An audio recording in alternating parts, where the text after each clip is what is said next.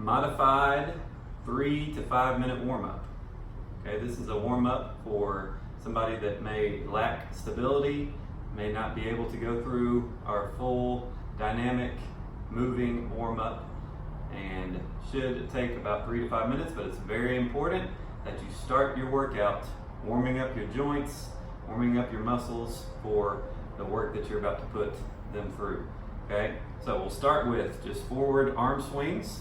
Okay, anytime we're doing an exercise, I know you cannot see my feet right here. I'll try to back up a little bit just to explain. We want to make sure we have a good base, which means your feet need to be shoulder width apart, you're balanced. Okay, if somebody were to come push you on your shoulder, you would be able to maintain your balance. You don't want a narrow base. Okay, I don't have much balance here, so making sure I have good stability. Okay, so the start of our warm-up, we'll do forward arm circles. So full range of motion of your shoulder joint, trying to go as far back as you can, up and forward. Go 10 reps, both arms together. Okay, and then you would reverse that, going backwards arm circles. Again, warming up that shoulder joint for the work you're about to put them through. As full of range of motion as you can be slow and controlled, making sure you get full range of motion. So 10 each side there. Okay, then we're going to continue to warm up our upper body. Okay, taking our right arm, putting it across our chest, and grabbing behind our elbow, pulling across, still warming up that shoulder area. 10 seconds there. Left arm, 10 seconds there. Okay, then right arm behind your neck, behind your head, pulling down on the elbow, stretching out your triceps. Your hand can be trying to reach as far down on your back as possible. 10 seconds. Switch. 10 seconds. Okay, moving into lower body. Okay, if you're able to do this standing, pulling your knee to your chest here. If not, a modified version, sit on the edge of a bench. Extend one leg, pull your knee as far up to your chest as you can, and switch legs. 10 reps each leg. One thing that I want you to think about here is doing dorsiflexion, which means pulling your toe up towards your shin.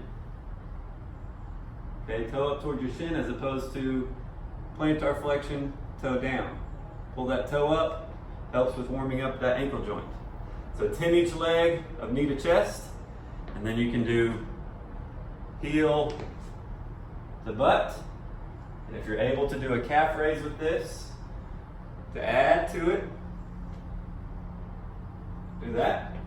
If you're not able to do that standing freely, then hold on to an object. Like here, I can hold on to this bar, pull my heel up to my butt, switch legs. If you're holding something, just do 10 in a row, warming up those quads. Okay, going back to the bench. Okay, seated, heel to chin. Okay, actually, we'll call this seated hip flexor stretch. Putting your heel on your leg that is extended. So here I got my right heel and my left leg extended. I'm going to push down on my knee while my hand is pulling back on my heel. If that makes sense. Okay, you will feel the pressure here in your hip flexor. Continuing to stretch and loosen up that joint. You would switch, pushing down on your knee here with your left hand and pulling towards your body with your right hand on your heel. Warming up those hip flexors. Then we would move into body weight squats. Still wanting to maintain an athletic base, feet underneath our armpits. Okay, big chest. slow and controlled. You can do this holding on to an object, okay, whatever it may be, to keep your balance. Back up, pull against that object. Stand back up with it. First movement of the squat is your hips going back, coming back up, okay? Great way to modify this is holding on to an object, like I'm holding on to this squat rack.